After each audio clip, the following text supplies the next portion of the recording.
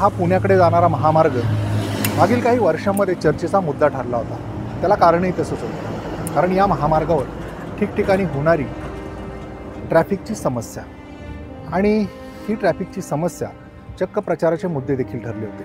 मागील काही काळामध्ये जे माजी खासदार शिवाजीराव आढळराव पाटील होते त्यांनी या पुणे नाशिक महामार्गाकरता पाठपुरावा केला आणि बऱ्याच अंशी ही समस्या सोडवण्याचा प्रयत्न केला। त्याचाच परिणाम म्हणून आपण सिन्नर असेल, संगमनेर असेल, आळेफाटा असेल, नारायणगाव, मंचरखेड या भागामध्ये आता ही ट्रॅफिकची समस्या फारशी जाणवत नाही। मात्र अजूनही चाकण, मोशी, भोसरी परिसरामध्ये ही ट्रॅफिकची समस्या तशीच आहे। त्याचं कारण काय तर मागील काळामध्ये पुढचं जे काम होतं ते खंडित झालं आणि हा सगळा प्रकार कशा पद्धतीने आता प्रचाराचा मुद्दा ठरतो आहे आणि कशा पद्धतीचे आरोप प्रत्यारोप होत आहे ते आपण थोडक्यात जाणून घेऊ।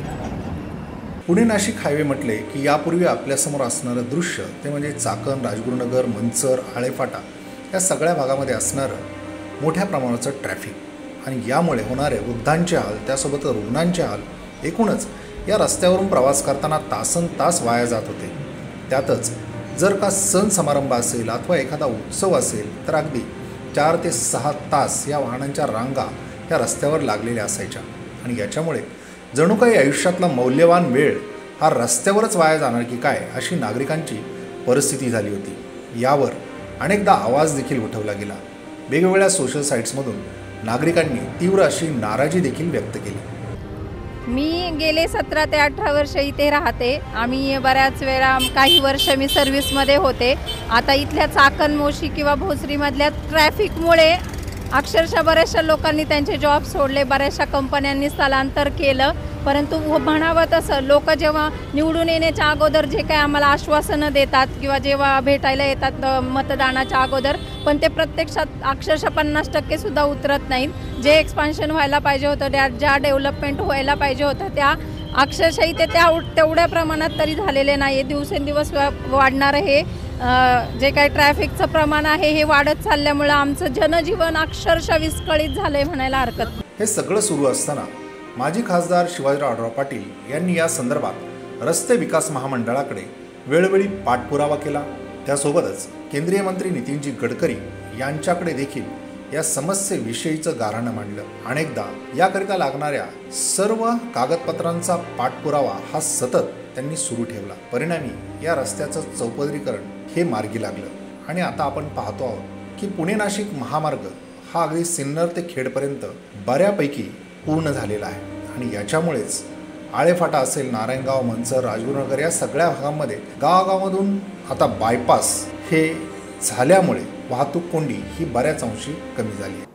आता ते म्हणतात की रस्त्याची कामं पूर्ण केली। ह्या रस्त्याच्या कामाच्या संदर्भामध्ये मी आपल्याला वेळोवेळी पुरावे दिलेत। 2018 साली लोकसभेमध्ये लेखी तोंडी प्रश्नाला उत्तर देताना गडकरीनं सांगितलं की हे 5ही बायपासेस आढळराव पाटील यांच्या आग्रहाखातर मंजूर केलेले, त्यांनी लवकरच त्याची टेंडर निघतील। त्यातली सुरुवातीची 2 टेंडर आर्थिक बाबीमध्ये 2 बायपासेसची कामं सुरुवातीला घेतली, नंतरची 3 कामं घेतली। ह्यावरून आपण लक्षात घ्या की ह्याच्यामध्ये त्यांचा काही सहभाग नाही। त्यांनी दाखवावं काय केलं त्यांनी। उरलेल्या 3 बायपाससाठी किंवा 2 बायपाससाठी काही केलेलं नाही आहे। हे सगळं मी पूर्वी शिजून ठेवलं ते केलेलं आहे। आता पुन्हा एकदा लोकसभेच्या निवडणुका ह्या सुरू झाल्या।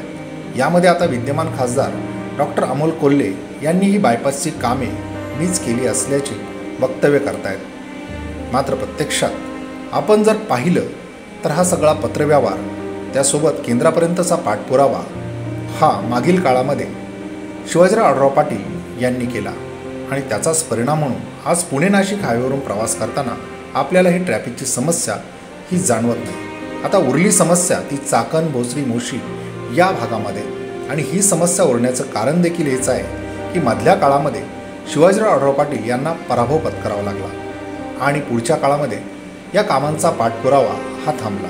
त्यामुळे येत्या काळामध्ये जर ही कामे मार्गी लावायची असतील त्यासोबतच ऐकूनच मतदारसंघामध्ये वेगवेगळ्या कामांचा पाठपुरावा केंद्रापर्यंत करायचा असेल तर निश्चितच आपल्याला या निवडणुकीमध्ये कोणाला निवडून द्यायचं याविषयीचा विचार करणं गरजेचं असल्याचं नागरिकांमधून बोललं जात आहे। रस्ते हे आपल्या विकासाचे मार्ग खुले करत असतात आणि त्यामुळेच जेवढे रस्ते चांगले असतात त्या पद्धतीने त्या भागाचा विकास होत जातो असं म्हटलं तर वावगं ठरणार नाही.